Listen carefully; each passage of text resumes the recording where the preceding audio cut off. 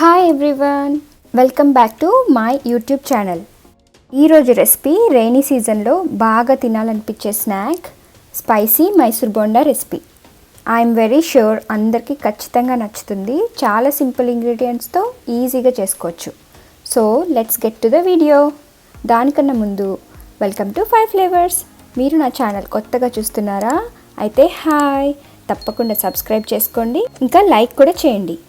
First అయితే ఒక bowl తీసుకొని దాంట్లో 1 కప్ మైదా, ఇంకా పావు కప్పు బియ్యపిండి, అంటే ఆల్మోస్ట్ 4 టేబుల్ స్పూన్స్ బియ్యపిండి తీసుకొని 1/2 టీ స్పూన్ జీలకర్ర, 1/2 టీ స్పూన్ ఉప్పు, పావు టీ స్పూన్ బేకింగ్ సోడా వేసి ఒకసారి కలుపుకోవాలి.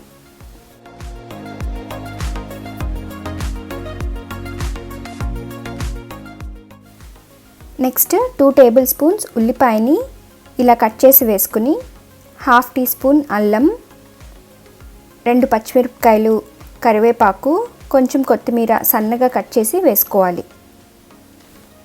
ఇప్పుడు పిండిలో 1/2 కప్ పెరుగు వేసుకొని అన్నీ కలుపుకోవాలి. థిక్ బ్యాటర్ లాగా కలుపుకోవాలి. పెరుగు ఒక్కటే సరిపోదు, పిండి ఇలా గట్టిగా ఉంటుంది. సో కొద్దిగా నీళ్ళు కూడా పోసుకుంటూ స్మూత్గా కలుపుకోవాలి. నీళ్ళు మరీ ఎక్కువ అవ్వకుండా చూసుకోండి, కొంచెం వేసుకుంటూ కలుపుకోండి. పిండి జారుగా అయిపోతే మైసూర్ బోండాలు ఆయిల్ పీల్చేస్తాయి.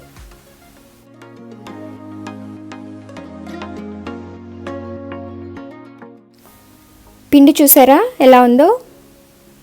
పిండిని ఇలా డ్రాపింగ్ కన్సిస్టెన్సీలో కలుపుకోవాలి. నెక్స్ట్ స్టెప్, స్టవ్ మీద డీప్ ఫ్రైకి సరిపడా నూనెని మీడియం హై హీట్లో వేడి చేసుకోవాలి.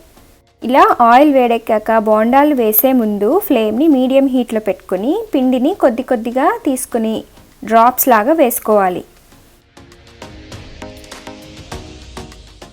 మైసూర్ బోండా ఫ్రై చేసేటప్పుడు కనీసం 4 to 5 మినిట్స్ టైం పడుతుంది. మీడియం హీట్లోనే స్లోగా ఫ్రై అవ్వాలి. లేకపోతే హై ఫ్లేమ్లో పెట్టి ఫ్రై చేస్తే మాత్రం లోపల కుక్ అవ్వదు, ఇంకా బయట మాత్రం కలర్ వచ్చేస్తాయి. చూసారా, ఇక్కడ ఇలా క్రిస్పీగా గోల్డెన్ కలర్ వచ్చే వరకు ఫ్రై చేసుకోవాలి.